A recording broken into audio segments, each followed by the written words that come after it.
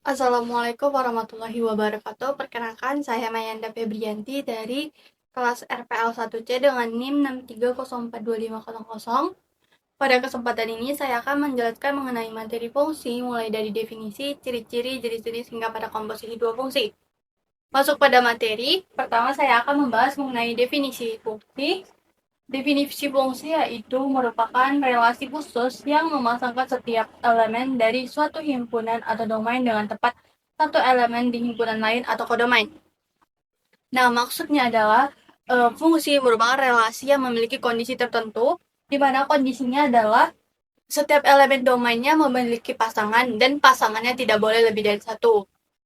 Nah, masuk pada rotasi, jika fungsi f memetakan himpunan A ke himpunan B, maka f A ke B artinya adalah fungsi fungsi memetakan himpunan elemen di himpunan A ke elemen di himpunan B. Komponen dalam fungsi ada dua. Yang pertama ada domain, yaitu daerah asal, dan kodomain yang merupakan daerah hasil. Nah, ada satu contoh fungsi. Yang pertama ada himpunan A 1, 2, dan 3, himpunan B A, B, C, D menghasilkan fungsi 1B, 2A, 3D. Nah, yang termasuk domain dalam fungsi ini adalah 1, 2, dan 3 yang merupakan daerah asalnya, dan himpunan B merupakan kodoman yang merupakan daerah hasilnya atau A, B, C, dan D. Suatu relasi disebut sebuah fungsi jika memiliki ciri-ciri seperti berikut ini. Yang pertama, setiap elemen domain memiliki pasangan. Jadi, jika ada elemen domain yang tidak memiliki pasangan, maka relasi tersebut bukanlah fungsi. Yang kedua, elemen domain tidak boleh punya pasangan lebih dari satu.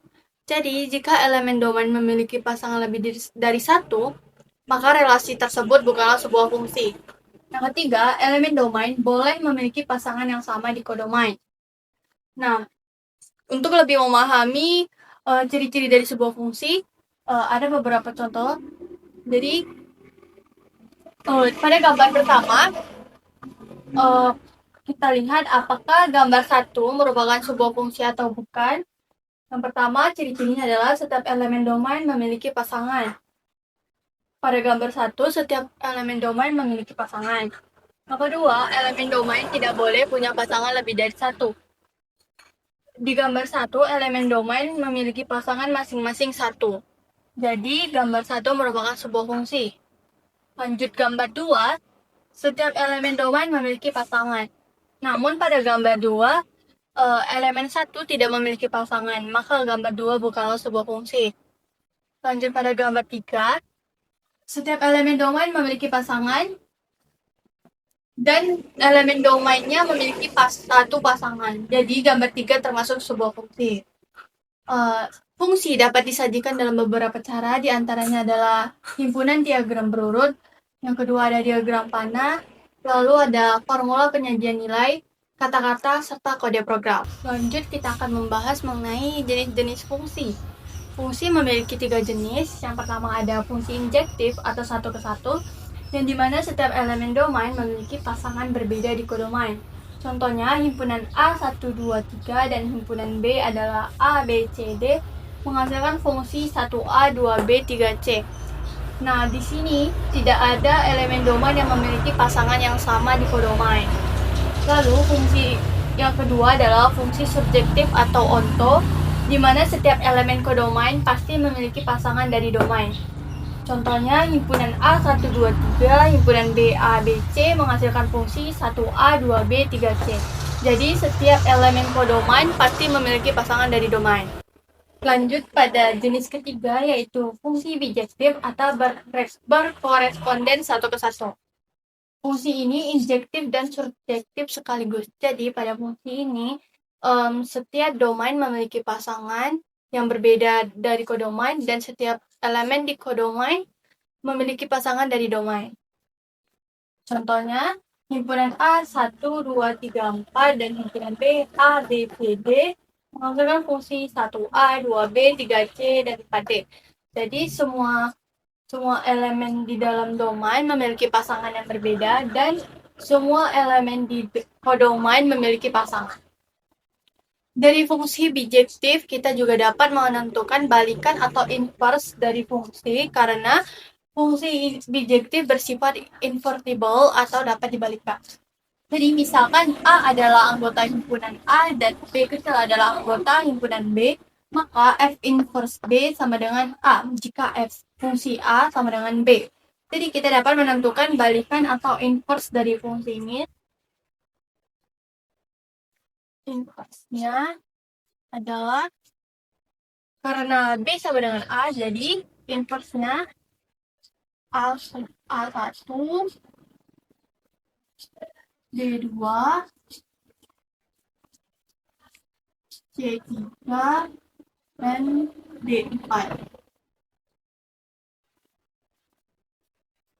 Nah, jadi dari fungsi bijektif kita dapat menentukan balikan atau inverse dari sebuah fungsi.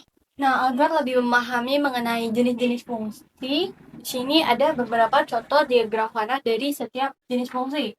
Yang pertama itu injektif. Kenapa? Karena setiap elemen di domain memiliki pasangan yang berbeda di kodomain. Dapat terlihat pada diagram, tidak ada elemen dalam domain yang memiliki pasangan yang sama di kodomain. Lanjut pada fungsi subjektif. Di sini karena setiap elemen di kodomain memiliki pasangan dari domain.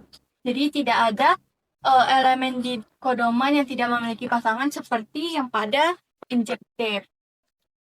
Lanjut pada bijektif, karena setiap elemen dalam domain memiliki pasangan yang berbeda di kodomain dan setiap anggota ataupun elemen di kodomain memiliki pasangan dari domain.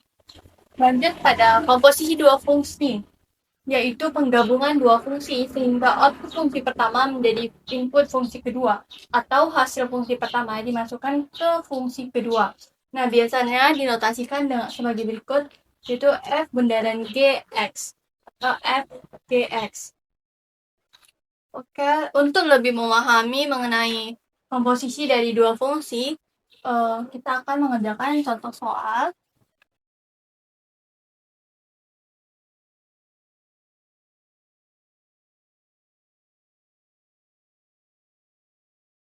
Nah, di sini kita dapat menentukan komposisi dari dua fungsi ini.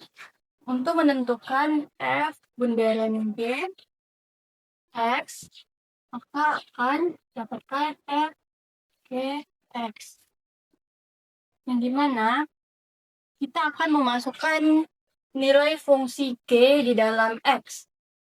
G adalah 3X plus 2. Lalu kita akan masukkan fungsi X-nya. X itu 2. Nah, karena dia memasukkan fungsi G ke dalam X, maka X-nya diganti dengan fungsi G. Yang dimana fungsi G adalah 3X plus 2. Yang mana F-nya ada 1. Selanjutnya, 2 kali 3, 6X. 6X tambah 4 dikurang 1. Jadi, didapatkan 6X plus 3. Jadi, F bundaran G-nya adalah 6X plus 3. Lalu lanjut pada contoh yang nomor 2. Kfx-nya 2x kuadrat dikurang 3x plus 1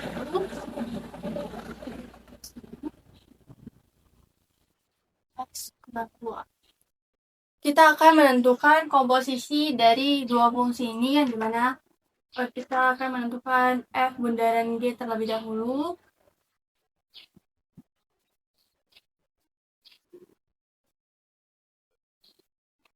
Kita akan memasukkan nilai fungsi G ke dalam nilai fungsi F. Jadi di sini G-nya adalah X min 2. Nah, di sini kita akan memasukkan nilai X diganti dengan fungsi G pada fungsi F. Fungsi F-nya adalah 2 Nah, X-nya kita ganti dengan fungsi G kuadrat dikurang 3 X-nya X2 plus 1.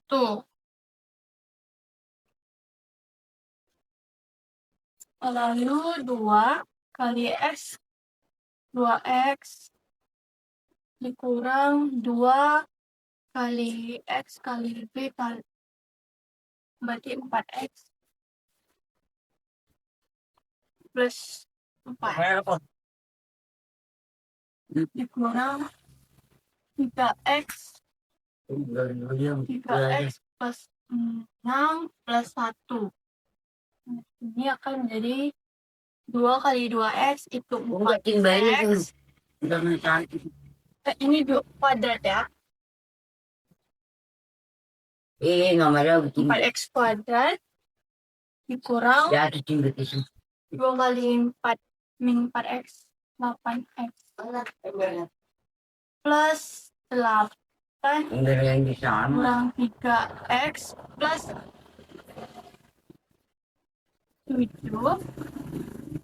akan menghasilkan 4X kuadrat kurang 8 kurang min 3 itu min 5X min 8 kurang min 3 min 11X 11X 8 tambah 7 15.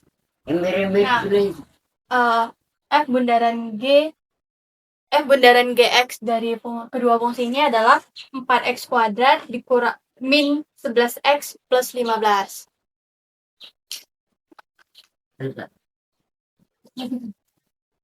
Nah, di sini kita dapat juga menentukan G bundaran F. Nah, di sini kita juga dapat menentukan G bundaran F dari kedua fungsi ini. Itu